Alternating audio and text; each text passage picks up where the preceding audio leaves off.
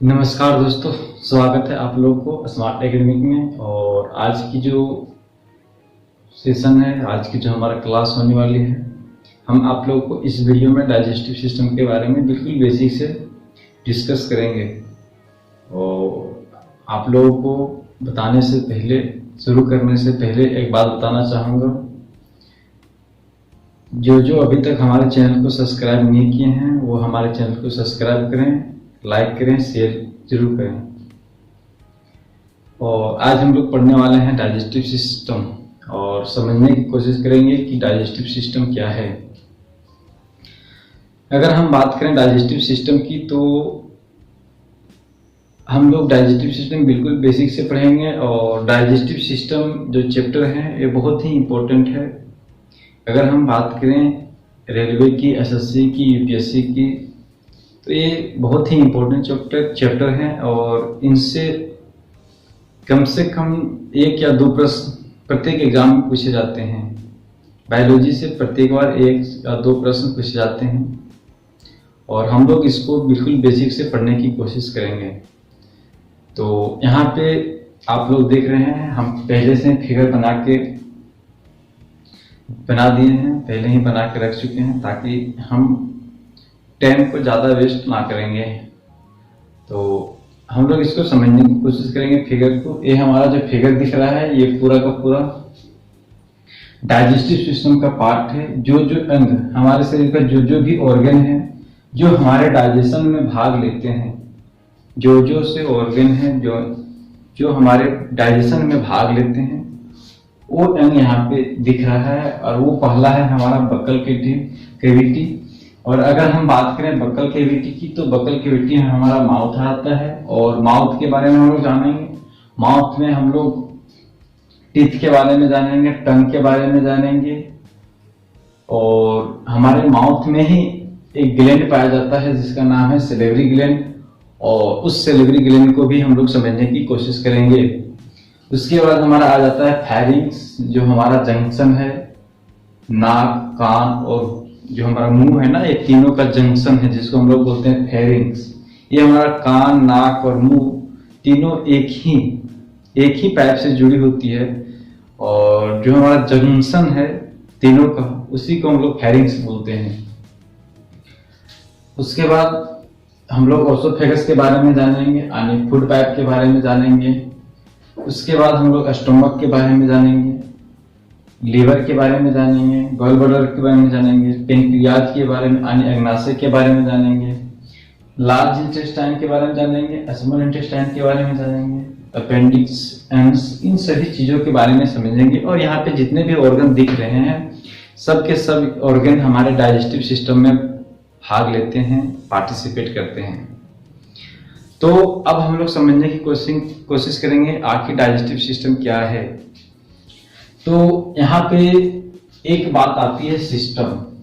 ये जो सिस्टम शब्द है ना, ये सिस्टम वर्ड जो है ये बहुत ही इम्पोर्टेंट है, इसको हम लोग समझने की कोशिश करेंगे। तो हम लोग जानते हैं कि हमारा जो बॉडी बना है, जितने भी ऑर्गेनिज्म हैं, जितने भी जीव हैं, अगर हम उनके शरीर की बात करें, उनके बॉडी की बात करें, तो उनके जो बॉडी का फॉर्मेशन हुआ है, उनका जो बॉडी का निर्माण हुआ है, बिल्कुल अगर हम बेसिक से बात करें तो उनका बॉडी का जो फॉर्मेशन हुआ है छोटी सी आधार इकाई से हुई है, वो है सेल। उनका जो पूरा बॉडी, उतने बड़े शरीर का निर्माण हुआ है, चाहे वो छोटे जीव हो या बड़ा जीव हो, उनका अगर शरीर का निर्माण हुआ है, फॉर्मेशन हुआ है, तो वो उसका जो मुख्य रोल है वो है सेल का मुख्य रोल। सेल का यहाँ पे अहम भूमिका होती है। तो सेल तो एक छोटी सी इकाई होती है, लेकिन ग्रुप ऑफ सेल की बात करें, अगर हम एक सेल की बात करें तो एक सेल से तो हमारी बॉडी बनती नहीं है। एक सेल से हमारी बॉडी बनती नहीं है, बहुत सारे कोशिकाओं से मिलके बनती है। यानी हमारा जो बॉडी बना है ग्रुप ऑफ सेल से मिलके बनी है। यानी हम लोग बोल सकते हैं हमारा बॉडी जो बना है ग्रुप ऑफ सेल, यानी कि हमारा पूरा बॉडी का निर्माण ग्रुप ऑफ सेल से हुई, यानी बहुत सारी कोशिकाओं से हुई है। कुछ ऐसे भी जीव हैं जो यूनिसेलुलर है, यानी एक कोशिकीय जीव हैं, जिनका शरीर केवल एक ही शरीर कोशिका से हुई है, जिनका शरीर का निर्माण केवल एक ही कोशिका से हुआ है, उसको हम लोग एक कोशिकीय जीव कहते हैं।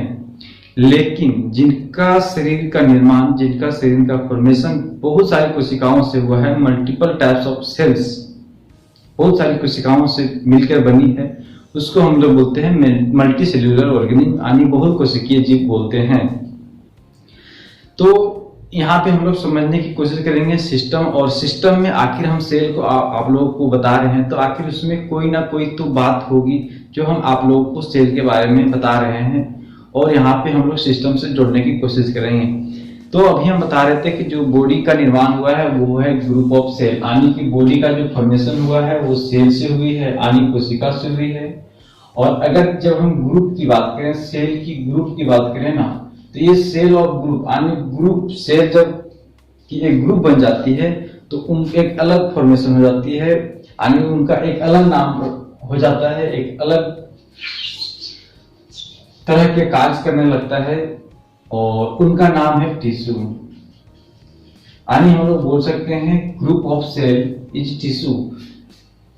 जब हम सेल के एक ग्रुप की अगर हम बात करेंगे तो उनको हम टिश्यू कहेंगे, और ग्रुप अगर हम टिश्यू की बात करें, अगर बहुत सारे ग्रुप अगर टिश्यू का भी बन गया हो,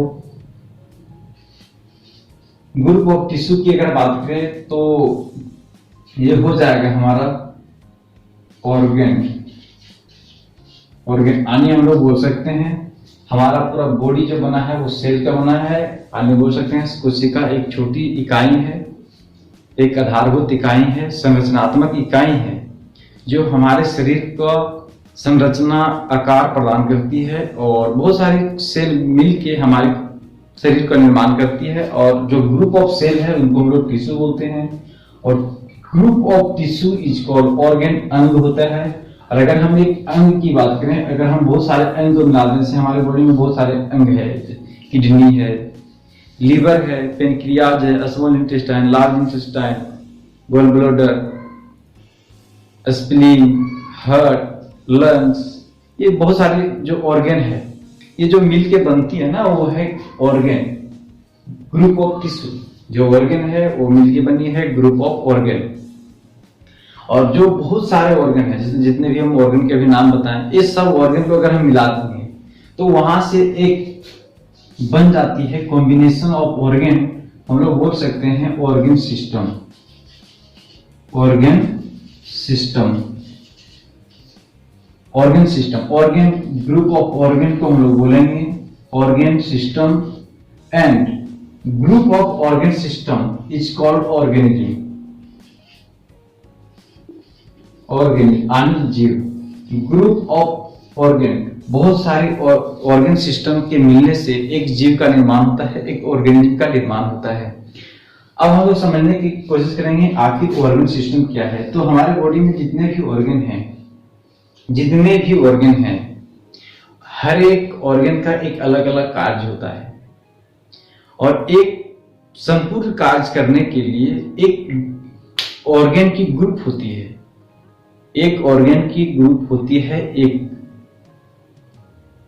तरह के कार्य करने के लिए, एक स्पेशल फंक्शन करने के लिए उनको एक अलग तरह का ग्रुप दिया जाता है, एक तरह का अलग ऑर्गन होती है। जैसे कि हम बात करें डाइजेस्टिव सिस्टम की, तो डाइजेस्टिव सिस्टम में यहाँ पे जो हमारा काम होगा वो होगा डाइजेशन का, फूड का डाइजेशन का काम होगा। और इस डाइजेशन में जितने भी अंग पार्टिसिपेट लेंगे ना, सबका सब एक ही कार्य करेंगे, और वो उसका जो रोल होगा वो होगा डाइजेशन का रोल। यहाँ पे जितने भी ऑर्गन होंगे सबका सम एक ही काम करेंगे और डाइजेशन में, और जितने भी ऑर्गन डाइजेशन में काम लेंगे उसी को तो हम लोग बोलेंगे डाइजेस्टिव सिस्टम, उसी को हम लोग बोलेंगे डाइजेस्टिव सिस्टम। अब हम आप लोगों को यहाँ पे समझ में आ गया होगा कि सिस्टम क्या है। उसके बाद हम लोग अब समझने की कोशिश करेंगे डाइजेशन। डाइजेशन क्या है, व्हाट इज डाइजेशन। डाइजेशन को हम लोग बिल्कुल बेसिक से समझने की कोशिश करेंगे। डाइजेशन क्या है।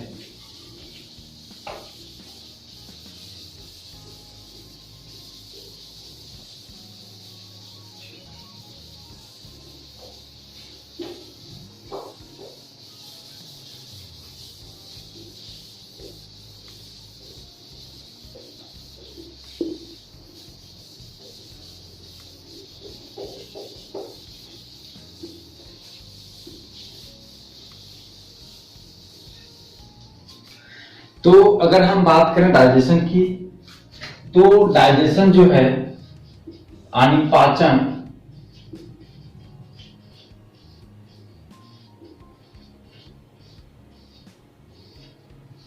डाइजेशन यानी पाचन, तो पाचन जो होगी, जो हम खाते हैं उन्हीं का तो पाचन होगा।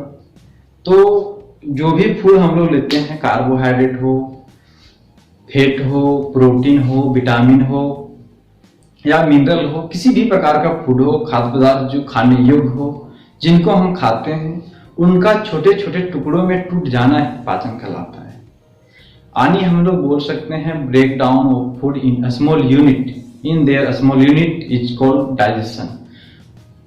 भोजन का छोटे छोटे टुकड़ों में टूट जाना ही डाइजेशन कहलाती है। अगर हम बात करें कार्बोहाइड्रेट की, तो कार्बोहाइड्रेट टूट जाती है ग्लूकोज में, कार्बोहाइड्रेट टूट जाती है ग्लूकोज में। उसके बाद अगर हम बात करें प्रोटीन की, तो प्रोटीन टूट जाती है एमिनो एसिड में। अगर हम बात करें फैट की, फैट टूट जाती है फैटी एसिड। और अगर हम बात करें विटामिन, तो विटामिन हमारे बॉडी में डाइजेस्ट तो होती है, लेकिन इनका ब्रेक डाउन नहीं होता है। अगर हम बात करें मिनरल की, तो मिनरल भी हमारी बॉडी में डाइजेस्ट होती है, लेकिन इसका ब्रेक डाउन नहीं होता है। तो पूछे जाते हैं कि हमारे डाइजेस्टिव सिस्टम में, डाइजेशन ऑर्गन में कौन कौन से फूड मटेरियल हैं जिनका डाइजेशन नहीं होता है। तो हमारा आंसर हो जाएगा विटामिन और मिनरल। हमारा आंसर हो जाएगा विटामिन और मिनरल। इनका डाइजेशन नहीं होता है। तो होता क्या है, तो इनको जिस प्रकार से हम लोग खाते हैं उसी प्रकार से इनका अवशोषण होता है। सेम टू सेम, इनका कोई परिवर्तन नहीं होता है, ना ही इनका ब्रेक डाउन होता है। अगर हम विटामिन ए को खा गए तो विटामिन ए का ब्रेक डाउन नहीं होगा। विटामिन ए के ही रूप में हमारे बॉडी में, वो पूरा बॉडी में स्प्रेड करेगा, पूरा का पूरा हमारे बॉडी में फैलेगा। इसके बाद हम लोग बात करेंगे स्टेज ऑफ डाइजेशन। इसके बाद हम लोग बात करेंगे स्टेज ऑफ डाइजेशन, यानी कितने स्टेजेस में हमारे डाइजेशन का पूर्ण पाचन होता है, कितने स्टेजेस में, कितने भाग में हमारा भोजन शरीर में, हमारे शरीर में उनका पूर्ण पाचन होता है। तो डाइजेशन 4 स्टेजेस में होती है।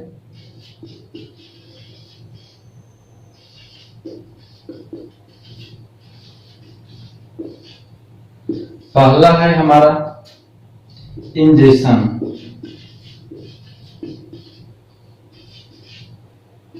दूसरा है हमारा डाइजेशन यानी पाचन। इंजेशन की बात करें तो अंतःग्रहण। तीसरा हमारा हो जाएगा एब्जॉर्प्शन यानी अवशोषण एंड एसिमुलेशन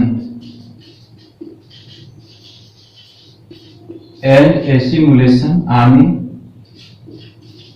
स्वांगीकरण।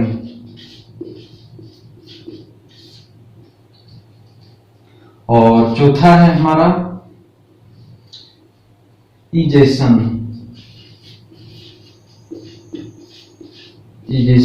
यानी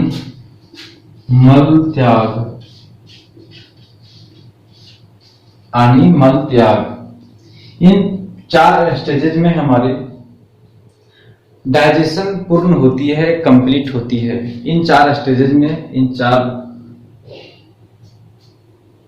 में हमारा डाइजेशन कंप्लीट होती है। अगर हम बात करें फर्स्ट स्टेज की, इंजेशन की, तो इस स्टेज को हम लोग बोल सकते हैं टेकिंग ऑफ फूड यानी फूड का खाना, फूड का अंतर्ग्रहण करना ही फर्स्ट स्टेज कहलाती है। और ये काम होती है हमारी माउथ में, ये काम हमारी होती है माउथ में, और माउथ में जो यहाँ पे प्ले रोल करेगी, ये रोल करेगी टीथ, टंग और सैलिवरी ग्लैंड। ये तीन यहाँ पे ऑर्गन हैं, तीन पार्ट हैं जो यहाँ पे डाइजेशन का रोल करेगा। अच्छा, माउथ में किस प्रकार के डाइजेशन होंगे? तो माउथ में दो प्रकार के डाइजेशन होंगे। एक पहला डाइजेशन होगा फिजिकल प्रोसेस और दूसरा होगा केमिकल प्रोसेस।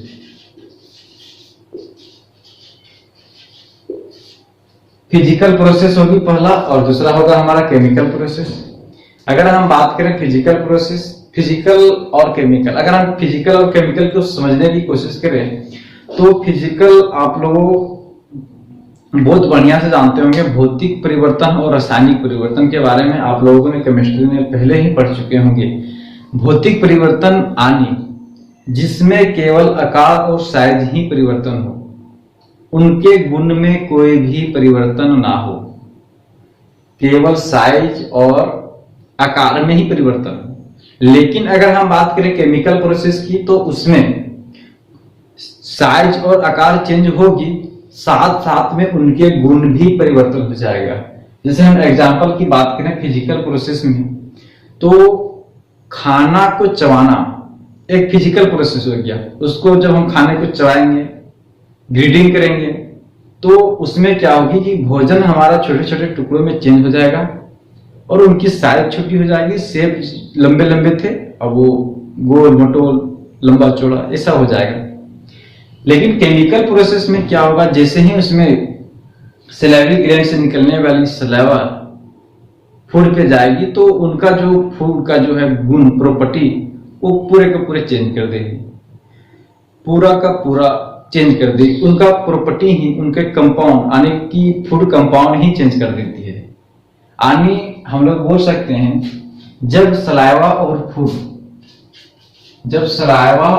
फूड मिल जाती है तो ये दोनों मिलके फूड के प्रॉपर्टी यानी उन कंपाउंड को चेंज कर देती है और एक नया कंपाउंड बना देती है, जिसको हम लोग बोलते हैं बोलस।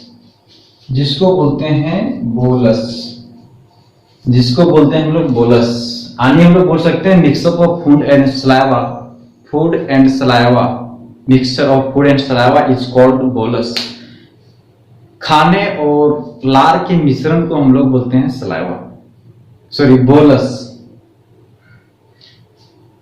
खाने और सलाइवा के मिश्रण को हम लोग बोलस बोलते हैं। और हम लोग बोल सकते हैं हमारे मुंह का, हमारे इंजेक्शन का जो अंतिम प्रोडक्शन है, अंतिम उत्पाद जो है वो बोलस होती है। और बोलस इंजेक्शन यानी ओसोफेगस होते हुए ये हमारे पहुंच जाती है पेट में। अब ये हमारे पहुंच जाती है स्टोमक में और स्टोमक से ही हमारा शुरू हो जाता है डाइजेशन, सेकेंड स्टेज। और स्टोमक में हमारी एक ग्लैंड पाई जाती है जिसका नाम है गैस्ट्रिक ग्लैंड। और गैस्ट्रिक ग्लैंड से जितने भी गैस्ट्रिक जूस निकलेगी वो क्या करती है कि फूड जो बोलस है, बोलस को डाइजेशन करने का काम करता है। यहाँ HCl भी निकलती है और HCl भी जो होते हैं वो जर्म को किल करने का काम करता है, वो भी डाइजेशन करने का काम करता है। उसके बाद हमारा हो जाता है तीसरा एब्जॉर्प्शन। एब्जॉर्प्शन में प्ले रोल करता है हमारा small intestine and large intestine. अब स्मॉल इंटेस्टाइन में सबसे ज्यादा हमारे भोजन का अवशोषण होता है। सबसे ज्यादा अगर पूछा जाए कि सबसे ज्यादा भोजन का अवशोषण किस अंग में होता है, तो हमारा जो आंसर हो जाएगा वो हो जाएगा छोटी आंत। यानी छोटी आंत में सबसे ज्यादा भोजन का अवशोषण होता है। हमारा कंप्लीट डाइजेशन भी छोटी आंत में ही होती है। हमारा पूरा डाइजेशन जो होती है वो छोटी आंत में ही जाके खत्म हो जाती है। उसके बाद आगे लार्ज इंटेस्टाइन हमारा फूट जाता है, वहां अवशोषण होता है लेकिन डाइजेशन नहीं होता है। क्यों? क्योंकि कंप्लीट डाइजेशन हमारा स्मॉल इंटेस्टाइन में ही हो जाती है। उसके बाद हमारा आता है इजेशन यानी मल त्याग की अगर हम बात करें तो ये हमारे अवशिष्ट पदार्थ को, जो हमारे बॉडी में खाना पच जाने के बाद जो भी फूड मटेरियल बच जाती है, ये निकालने की प्रक्रिया को हम लोग बोलते हैं इजेशन। अच्छा, यहाँ पे एक बात आती है एक्सक्रीशन। हम लोग एक्सक्रीशन क्यों नहीं लिखते हैं यहाँ पे? तो एक्सक्रीशन और इजेशन को हम लोग समझने की अगर कोशिश करें तो इजेशन आनी जो सॉलिड वेस्ट प्रोडक्ट होती है, सॉलिड वेस्ट प्रोडक्ट, यदि कोई ऑर्गेनिज्म अगर सॉलिड वेस्ट प्रोडक्ट को रिलीज करता हो अपशिष्ट पदार्थ के रूप में, तो हम लोग वहां पे जो वर्ड को यूज करेंगे वो वहां पे यूज करेंगे इजेशन। लेकिन अगर हम कोई लिक्विड वेस्ट प्रोडक्ट को अगर हम रिलीज करता हो, कोई जीव रिलीज करता हो, तो वहां पे हम लोग यूज करेंगे एक्सक्रीशन। तो हम लोगों ने समझने की कोशिश की है स्टेज ऑफ डाइजेशन, इनके 4 हैं और चारों को हम लोगों ने अच्छी तरह से समझ चुके हैं। इसके बाद हम लोग अगले क्लास में पूरी के पूरी डाइजेशन सिस्टम को खत्म कर देंगे और उसमें हम लोग एक एक अंग को बिल्कुल बेसिक से समझने की कोशिश करेंगे। पहले टीथ पढ़ेंगे, टीथ के कंपाउंड पढ़ेंगे, उनके साल्ट पढ़ेंगे, उनके पीएच मान पढ़ेंगे, किससे खराब होता है, कैसे खराब हो जाता है, क्या खाना चाहिए, किसकी कमी से हमारा दांत सेफ रहेगा, हमारा दांत के सबसे कठोर भाग क्या है, इन सब चीज को हम लोग पढ़ेंगे। उसके बाद हम लोग टंग के बारे में जानेंगे, टंग के हिस्से के बारे में पढ़ेंगे। उसमें जानेंगे, हम लोग जानने की कोशिश करेंगे कि टंग के किस भाग से हम लोग टेस्ट बड से किस स्वाद को कहां से टेस्ट करते हैं। सैलिवरी ग्लैंड को समझने की कोशिश करेंगे, सैलिवरी ग्लैंड से निकलने वाले सलावा को समझने की कोशिश करेंगे। सलावा का क्या क्या फंक्शन है, क्या क्या कार्य करती है हमारे शरीर में, उनको हम लोग समझने की कोशिश करेंगे। ओसोफेगस के बारे में जानेंगे, स्टोमक के बारे में जानेंगे, पीएच मान के बारे में जानेंगे, कलर के बारे में जानेंगे, शेप के बारे में जानेंगे, हमारे स्टोमक में कितने देर तक की खाना स्टोर होती है, ये भी हम लोग समझने की कोशिश करेंगे। उसमें पाए जाने वाले गैस्ट्रिक ग्लैंड को भी समझने की कोशिश करेंगे और उनके फंक्शन के भी बारे में समझेंगे, जानेंगे। प्लस में हमारे स्टोमक से निकलने वाले एंजाइम को भी जानेंगे, आखिर वो एंजाइम निकलती है किस चीज का पाचन करती है, ये भी हम लोग जानने की कोशिश करेंगे। उसके बाद हमारे आ जाती है liver, gall bladder, small intestine, large intestine. Small intestine के बारे में जानेंगे कितने पार्ट हैं, duodenum, jejunum, ileum. Large intestine के बारे में जानेंगे, उनके 5 पार्ट है, इनको भी हम लोग जानने की कोशिश करेंगे। तो मिलेंगे अब हम आप लोगों को अगली क्लास में। और आप लोगों को क्लास खत्म करने से पहले एक बात बताना चाहूंगा, अगर आपने अभी तक हमारे वीडियो को सब्सक्राइब नहीं किए हैं तो आप हमारे चैनल को सब्सक्राइब करें और वीडियो को लाइक शेयर जरूर करें, ताकि उन लोगों की भी मदद मिल सके जो इधर उधर भटक रहे हैं, उनको भी सहायता हो सके। थैंक यू, धन्यवाद।